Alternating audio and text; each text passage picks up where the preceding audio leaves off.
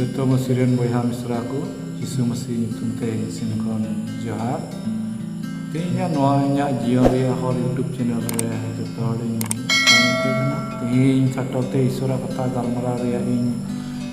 ᱦᱩᱫᱤᱥ ᱠᱟᱫᱟ ᱟᱨ ᱛᱮᱦᱮᱧᱟᱜ ᱵᱤᱥᱚᱭ ᱫᱚ ᱦᱩᱭᱩᱜ ᱠᱟᱱᱟ শেষ ᱵᱤᱪᱟᱹᱨ ᱵᱟᱵᱚᱫ ᱨᱮ ᱟᱫᱚ ᱱᱚᱣᱟ ᱵᱤᱥᱚᱭ ᱨᱮ ᱟᱵᱚ ᱵᱚᱱ ᱧᱮᱞᱟ ᱢᱟᱛᱷᱟᱭᱚ ᱨᱮᱭᱟᱜ ᱵᱷᱟᱹᱜᱤ ᱥᱳᱢᱵᱟᱨ 25 ᱨᱮᱭᱟᱜ 31 ᱠᱷᱚᱱ 33 ᱫᱷᱟᱹᱵᱤᱡ ᱨᱮᱭᱟᱜ ᱠᱟᱛᱷᱟ ᱡᱤᱥᱩ ᱧᱩᱛᱩᱢ ᱛᱮᱧ ᱯᱟᱲᱦᱟᱣ ᱧᱮᱞᱟ ᱱᱚᱝᱠᱟ ᱚᱞ ᱟᱠᱟᱱᱟ ᱪᱮᱛᱟᱱ ᱨᱮ ᱢᱮᱱᱟᱜᱼᱟ শেষ ᱵᱤᱪᱟᱹᱨ ᱢᱮᱱᱠᱷᱟन ᱢᱟᱱᱣᱟ ᱦᱚᱯᱚᱱ ᱟᱡᱨᱮᱱ ᱥᱟᱱᱟᱢ ᱫᱩᱛ ᱠᱚ ᱥᱟᱶᱛᱮ ᱟᱡᱟᱜ ᱴᱷᱚᱱᱚᱠ ᱨᱮ ᱦᱮᱡ ᱞᱮᱱ ᱨᱮ ᱩᱱᱤ ᱫᱚ ᱟᱡᱟᱜ ᱴᱷᱚᱱᱚᱠ ᱨᱮᱭᱟᱜ ᱥᱤᱝᱦᱟᱥᱚᱱ ᱨᱮ ᱫᱩᱲᱩᱵᱼᱟ ᱟᱨ ᱩᱱᱤ ᱥᱟᱢᱟᱝ ᱨᱮ ᱥᱟᱱᱟᱢ ᱡᱟᱹᱛ ᱨᱮᱱ ᱠᱚ ᱡᱟᱨᱣᱟ ᱦᱚᱪᱚᱜᱼᱟ ᱟᱨ ᱦᱚᱲ ᱠᱷᱚᱱ ᱦᱚᱲᱮ ᱵᱷᱮᱜᱟᱨ ᱠᱚᱣᱟ ᱜᱩᱯᱤ ᱢᱮᱨᱚᱢ ᱠᱚ ᱠᱷᱚᱱ ᱵᱷᱤᱰᱤ ᱠᱚ ᱵᱷᱮᱜᱟर ᱠᱚ ᱞᱮᱠᱟ ᱵᱷᱤᱰᱤ ᱠᱚ ᱫᱚ ᱟᱡ ᱮᱛᱚᱢ ᱥᱮᱫ ᱨᱮ ᱫᱚᱦᱚ ᱠᱚᱣᱟ ᱟᱨ ᱢᱮᱨᱚᱢ ᱠᱚᱫᱚ ᱠᱚᱭᱮ ᱥᱮᱫ ᱨᱮ ᱟᱢᱮᱱ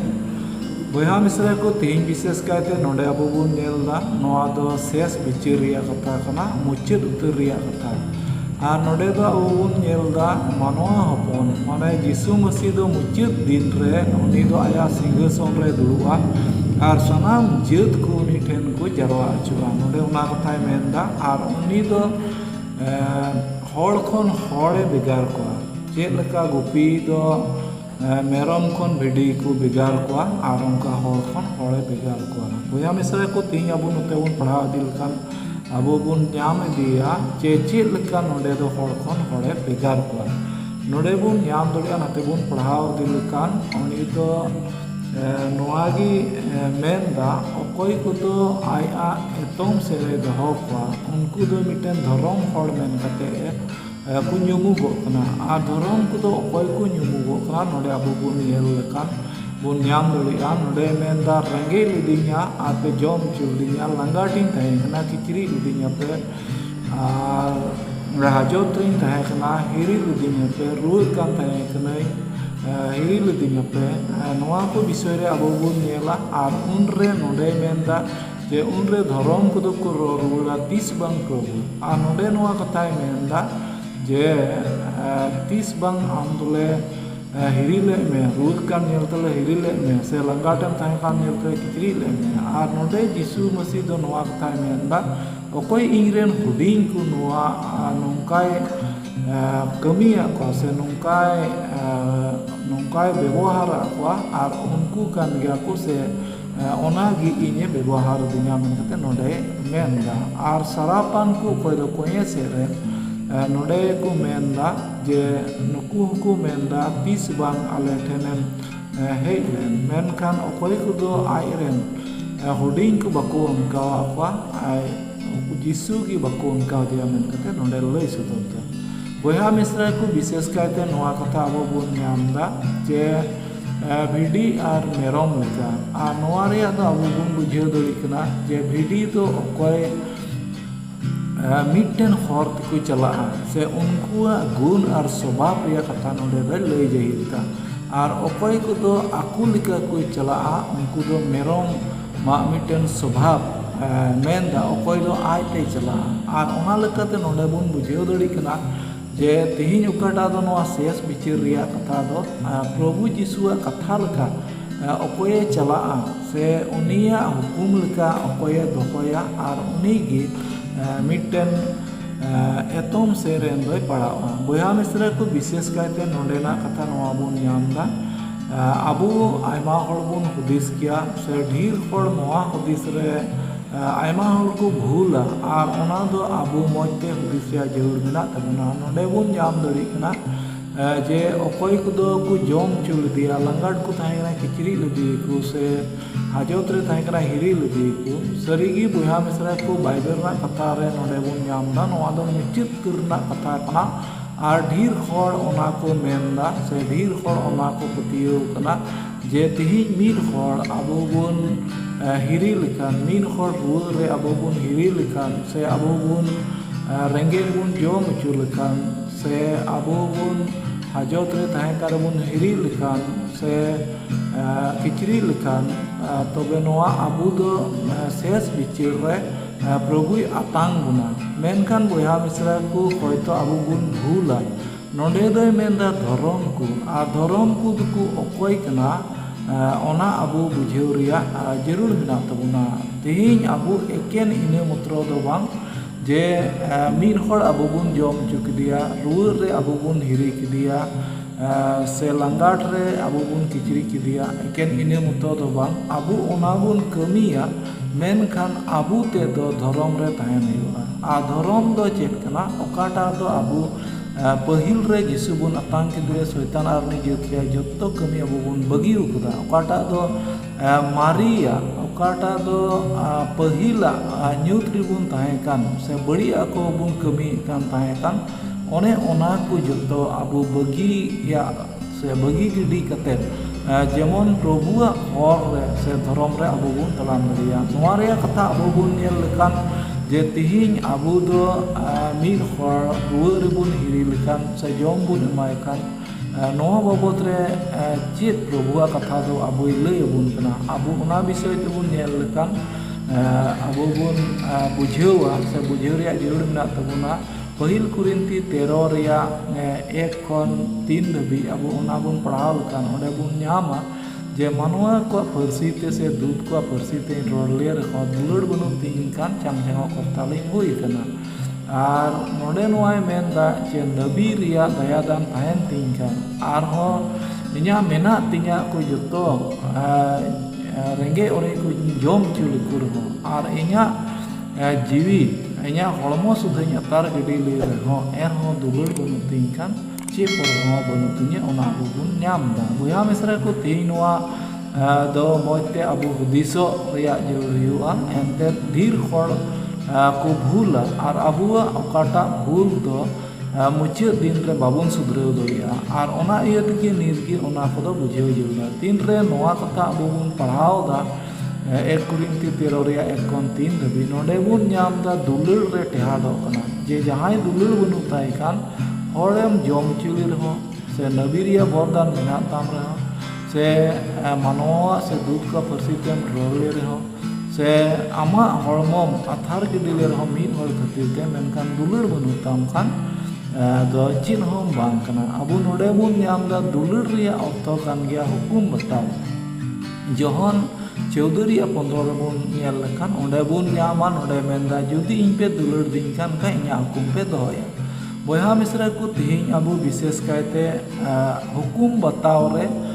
अबुआ कमी कुरिया गुण दो उदुगो कना से हुकुम बताव सहिते अबु ओका दो मिमिर हड़ बुन गड़ो को से बुन रुअर बुन हिरी को से बुन किचरी को से मुश्किल खन बुन रुखिया को से बुन गड़ो को ओना दो मिटेन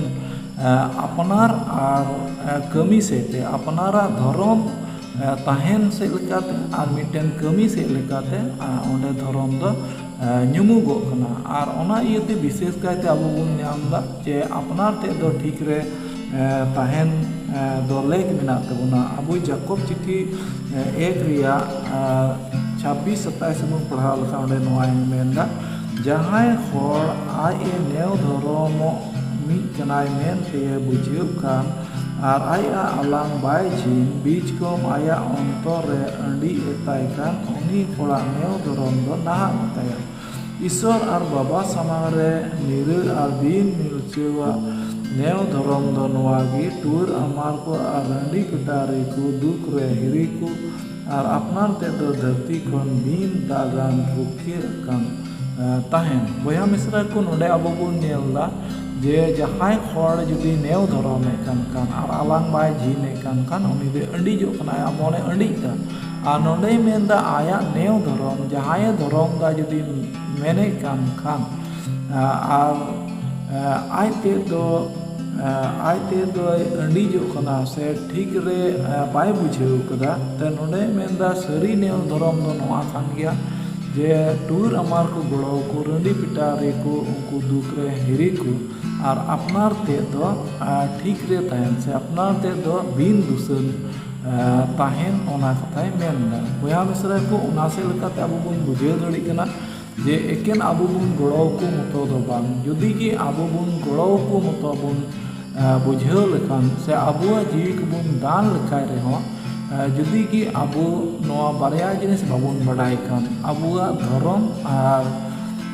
अपनार ते दो ठीक रे तहन से धरती खन बिन दागान तहन और नोडे की आबो बुन नामदा मिटन भिडी रूप ते आबो काटा दो पहिल जहन दोसार हटिन तेसार कली खन तुरुई कली देवी बुन नेल लेखान ओडे बुन नामा जुदी आबो बुन मेने कान खा उनी बुन बड़ाई दी कना तबे उनिया हुकुम को आबो दोहय जरूर तबुना और उनी जुदी उनिया हुकुम को बाबुन दोहय कान खान आबो बुन एड़े कना और नाते तुरुई कली बुन नेल लेखान नोय मेनदा जे आबो उनी बुन दुलर दी कान खान उनी तड़ाम का लेका आबो हो तड़ाम लगा तबुना चेदा नोडे बाइबल रेबुन नामा सिखौना कथा को जे चेद लेका उनी मेनदा ओना आबो दो सेना जरूर तबुना विशेष कायते नोडे बुन नामा